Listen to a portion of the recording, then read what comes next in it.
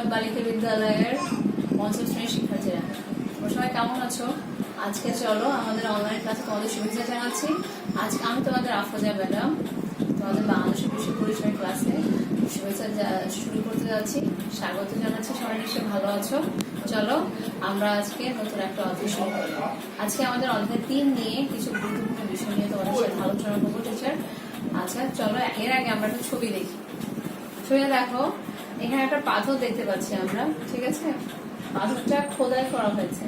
খোদাই করে আমরা একটা পাথরের মধ্যে দেখো মানুষের ছবি আনা হয়েছে, দেখো, ঠিক আছে? খোদাই পাথর, এই ধরনের খোদাই পাথর আমরা প্রাচীনকালে এই ধরনের অনেক নিদর্শন আমরা দেখতে পেয়েছি, ঠিক আছে? তো এই ধরনের নিদর্শনগুলো যে স্থানগুলোতে পাওয়া যায় সেগুলোকে বলা হয় ঐতিহাসিক স্থান।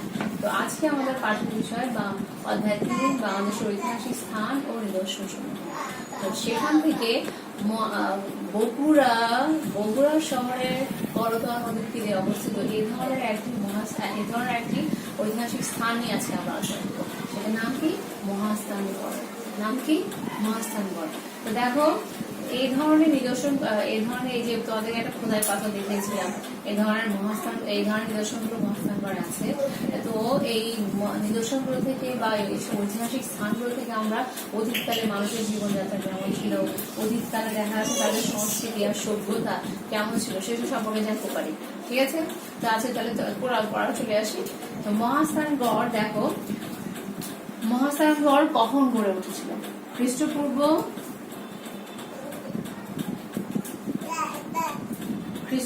3য় শতক থেকে পরবর্তী 15 শতক। খ্রিস্টপূর্ব 3য় শতক থেকে পরবর্তী 1500 বছরের বেশি সময়কাল ধরে বাংলার ইতিহাসের ঐতিহ্যের সাক্ষ্য বহন করে এই মহাস্থানগড়, ঠিক আছে? মহাস্থানগড়। আর এইটা মৌর্য আমলের একটা ঐতিহাসিক স্থান। মৌর্য আমলে নিদর্শন বহন করে। মৌর্য আমলের রাজাদের নিদর্শন গুলো এই স্থানে আমরা দেখতে পাই, মহাস্থানগড়ে গেলে বিভিন্ন রকম জিনিসপত্র, ধাতব পূজা, বিভিন্ন রকম ফল, এগুলো সব দেখতে পাই। কোন আমলে? মৌর্য আমলে। মৌর্য সাম্রাজ্যের রাজাদের নিদর্শন গুলো আমরা দেখি। আচ্ছা, তারপরে এটা মৌর্য আমলে কি নামে পরিচিত ছিল? পুণ্ড্রনগর নামে পরিচিত ছিল। কি নামে পরিচিত ছিল? পুণ্ড্রনগর নামে পরিচিত এই স্থানটি ছিল। আচ্ছা, এই স্থানটি কোথায় অবস্থিত? বগুড়া। কোথায় অবস্থিত? বগুড়া শহর হতে 18 কিলোমিটার উত্তরে। বগুড়া শহর থেকে 18 কিলোমিটার উত্তরে কোন নদীর তীরে? করতোয়া নদীর তীরে। তাহলে এই মহাস্থানগড় ঐতিহাসিক নিদর্শন স্থানটি আমরা কোথায় কখন গড়ে উঠেছে?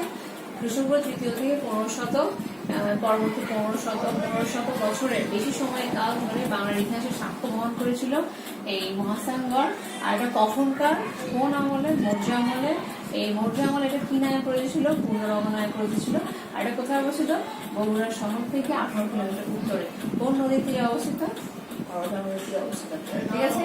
এখানে অনেকগুলো তথ্য আমরা পেয়ে গেছি, ঠিক আছে? অনেকগুলো প্রশ্নের উত্তর আমরা পেয়েছি এখানে। আচ্ছা, তারপর দেখি এই ঐতিহাসিক স্থানে আমরা কোন কোন নিদর্শনগুলো দেখতে পাই। এই ঐতিহাসিক স্থানটিতে গেলে আমরা কোন কোন নিদর্শনগুলো দেখতে পাই? এক, চওড়া খাদ বিশিষ্ট প্রাচীন দুর্গ। চওড়া খাদ বিশিষ্ট প্রাচীন দুর্গ দেখতে পাই।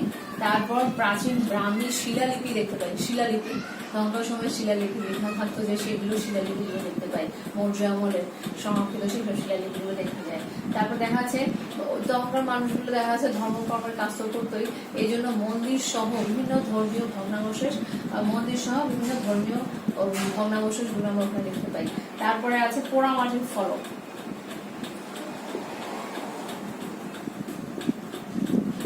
পোড়ামাটির ফলক দেখি।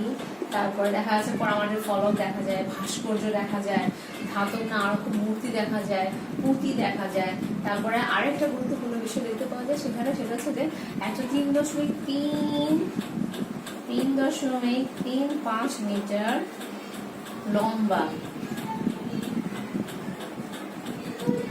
খোদাই পাথরের সন্ধান আমরা এখানে দেখতে পাই। ঠিক আছে, তাহলে আমরা এই মহাস্থানগড়ে কোন কোন নিদর্শনগুলো দেখতে পাই?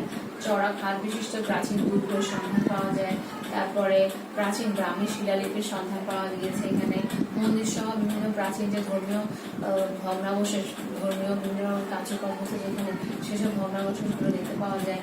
তারপর দেখা যাচ্ছে যে পোড়ামাটির ফলক, তারপর পুঁতি, ধাতব মুদ্রা, ভাস্কর্য এগুলো সন্ধান পাওয়া যায় সেখানে। তারপরে 3.35 মিটার লম্বা খোদাই পাথরের সন্ধান পাওয়া গিয়েছে। তাহলে আমরা মহাস্থানগড়ে গেলে কি কি দেখতে পাবো সেটা সম্পর্কে আমরা জানি। আচ্ছা, তারপরে এখানে দেখো আমাদের বইয়ে দেখা যাচ্ছে যে মহাস্থানগড় একটা চিত্র খুব সুন্দর করে এখানে দেওয়া আছে, যেটা আমরা বগুড়া গেলে করতোয়া নদীর তীরে আমরা দেখতে পাবো। ঠিক আছে, এরা দেখতে পাচ্ছি, এটা আমাদের বইয়েই আছে। আচ্ছা, তারপরে তাহলে দেখা যাচ্ছে মহাস্থানগড় সম্পর্কে আমরা আজকে যে তথ্যগুলো আমাদের জানা প্রয়োজন সে সম্পর্কে আমরা জেনেছি।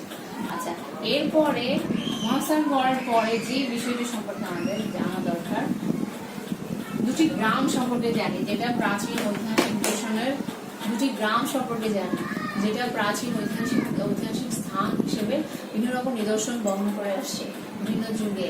সেই বা মৌর্য আমলের পূর্বের আমলের পূর্বকার আমলের অনেক রকম নিদর্শনের সাক্ষী বহন করে আছে, সাক্ষ্য বহন করে আছে যে গ্রাম দুটি, সেই গ্রাম দুটি সম্পর্কে জানতে পারি আজকে ক্লাসে। সেই গ্রাম দুটি কি? সেই গ্রাম দুটি হচ্ছে উয়ারি আর বটেশ্বর। তাইলে এখন আমরা আলোচনা করব এই দুটি বিষয় নিয়ে। আচ্ছা, উয়ারি আর বটেশ্বর কোথায় অবস্থিত? নরসিংদী জেলায়। কোথায় অবস্থিত? নরসিংদী জেলায় অবস্থিত। তারপরে এটা কি? উয়ারি আর বটেশ্বর ঐতিহাসিক স্থানটা আসলে দুটি গ্রাম, এই দুটি গ্রামকে কেন্দ্র করে এই ঐতিহাসিক স্থানটা মূলত গড়ে উঠেছে। তারপরে এখানে কি কোথাও কখনকার নিদর্শন পাওয়া যায়? দেখা যাচ্ছে যে খ্রিস্টপূর্ব 450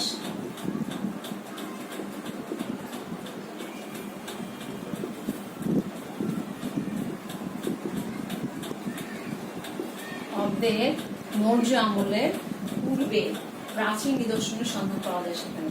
তারপর দেখা যাচ্ছে যে এই সভ্যতাটি কোন বিষয়টির সাথে জড়িত?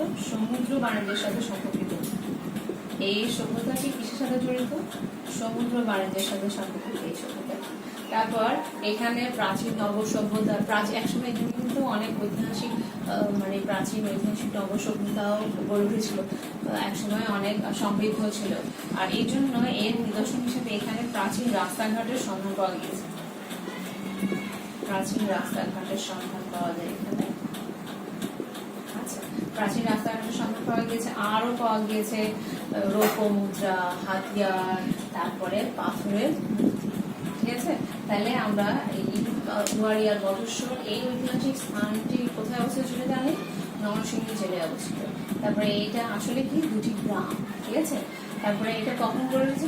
খ্রিস্টপূর্ব 450 অব্দে মৌর্য আমলের পূর্বেকার বিভিন্ন রকমের ঐতিহাসিক সাক্ষ্য বহন করে আছে এটা এই উয়ারি আর বটেশ্বর।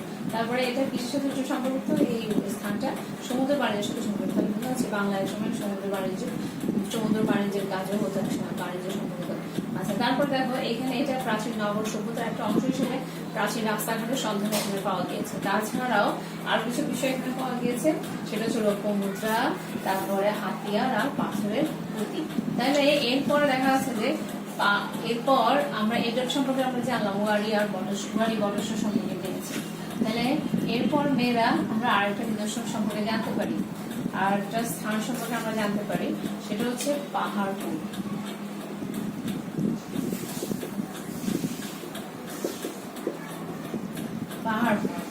তা এই পাহাড়পুর এই ঐতিহাসিক নিদর্শনটি কখন গড়ে উঠেছে? এই নিদর্শনটা কিন্তু পাল রাজাদের আমলে গড়ে উঠেছে। পাল রাজাদের আমলে গড়ে উঠেছিল। পাল রাজারা আমাদের এখানে শাসন করেছিল। পাল বংশের প্রতিষ্ঠাতা ছিল গোপাল, তারপরে তার ছেলে ধর্মপাল অনেক বছর, দীর্ঘ 40 বছরের বেশি সময় ধরে রাজত্ব করার সময় ওখানে নানা রকম বিহার প্রতিষ্ঠা করেছিলেন। সেটারই সাক্ষ্য বহন করে এই পাহাড়পুর ঐতিহাসিক স্থানটি। আচ্ছা, পাল রাজা এই নিদর্শনটি গড়ে উঠেছে কখন, নির্মিত হয়েছিল কখন? 781 থেকে 821।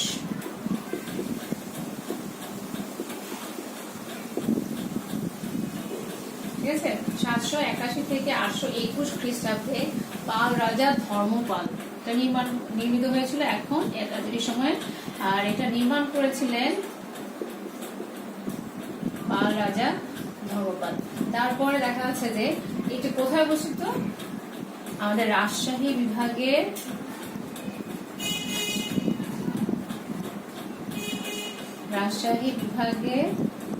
নওগাঁ জেলায় এটা অবস্থিত। রাজশাহী বিভাগের নওগাঁ জেলায় এটা অবস্থিত। আর এখানে কি আছে, এখানে আছে 24 মিটার উঁচু গড়,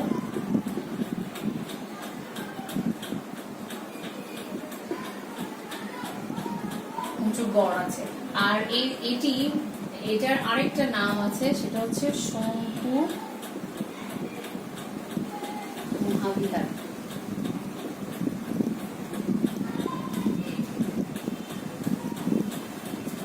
এটার আরেকটা নাম হচ্ছে কি শঙ্কু মহাবিহার নামে এটা পরিচিত। তারপরে এই চমৎকার বৌদ্ধ বিহারে, এটা একটা বিহার কিন্তু শঙ্কু মহাবিহার। তখনকার সময় তো স্কুল কলেজ এগুলো ছিল না, তো তখনকার সময় রাজারা বিহার প্রতিষ্ঠা করতেন। ঠিক আছে, বিহার প্রতিষ্ঠা করতেন। আর বিহারে কি করতে কারণ হতো, বিহারে বিশাল বিশাল লাইব্রেরি ছিল, দেখা যাচ্ছে বিভিন্ন রকম বই সেখানে সংগ্রহ করা হতো। সেখানে দেখা যাচ্ছে যে যারা ধর্ম নিয়ে গবেষণা করতেন, যেসব ইয়ারা পুরোহিতরা, তারা ওখানে কি করতেন, এই বিহারে বসে বিভিন্ন রকমের গবেষণা কাজগুলো করতেন। তারা সেখানে পড়াশোনা করতেন। স্কুল কলেজ তো ছিল না, স্কুল কলেজ বিশ্ববিদ্যালয় এগুলো ছিল না। তো তখন দেখা যাচ্ছে এই বিহারগুলো পরিষ্কার করতে রাজারা, তাদের ছেলেমেয়েরা, তারপরে দেখা যাচ্ছে তাদের পরবর্তীতে ছেলেমেয়েরাও দেখা যাচ্ছে এইসব বিহারগুলোতে লেখাপড়া করা শুরু করতেন। এবং বিভিন্ন রকম বিষয়গুলো নিয়ে এখানে দেখা যাচ্ছে ধর্ম চর্চা থেকে শুরু করে বিভিন্ন রকমের চর্চা বিষয়গুলো নিয়ে এখানে গবেষণা কাজ করতে পারতো এই বিহারগুলোতে। তো এটা তাহলে দেখো, পাহাড়পুর বিহার, এই চমৎকার বৌদ্ধ বিহারটি অন্য কি নাম, সেটা হচ্ছে শঙ্কু মহাবিহার।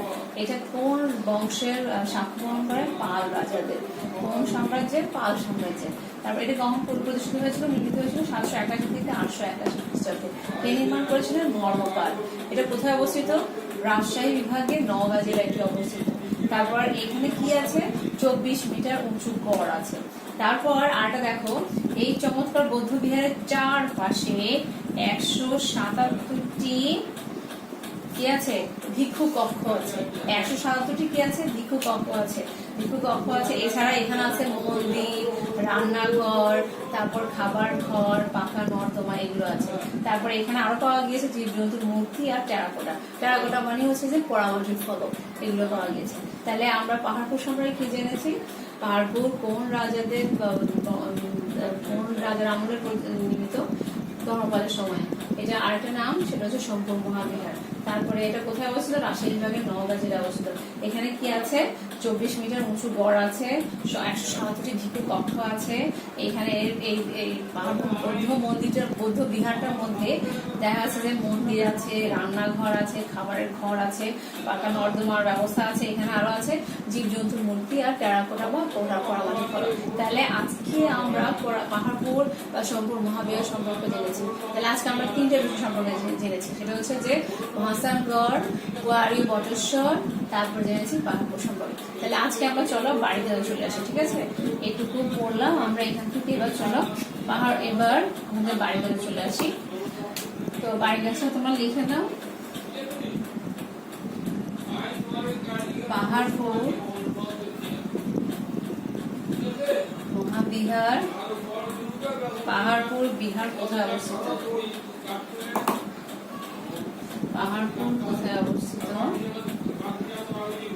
অবস্থিত,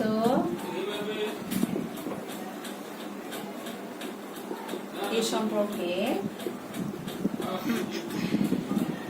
4টি বাক্য। ঠিক আছে মেয়েরা, তাহলে বাড়ির কাজটা দেখে নিও তোমরা। আর তাহলে আবার সবাই ভালো থাকবে, তোমরা সবাই ভালো থাকবে। আর আরেকটা বাড়ির কাজ দিলে মনে হয় ভালো হতো, যেহেতু পড়া পাহাড়পুর এবং মহাস্থানগড় সম্পর্কে আরেকটা দিই। তাহলে আচ্ছা, মহাস্থানগড় সম্পর্কে আমরা পড়েছিলাম মহাস্থানগড় কোন নদীর তীরে অবস্থিত? কোন নদীর তীরে অবস্থিত? এই সম্পর্কে চারটি বাক্য। তাহলে মেয়েরা আজকে পর্যন্তই। তোমরা সবাই ভালো থাকবে, সুস্থ থাকবে, আবার দেখা হবে। ঠিক আছে, সবাই ভালো থাকবে। আল্লাহ হাফেজ।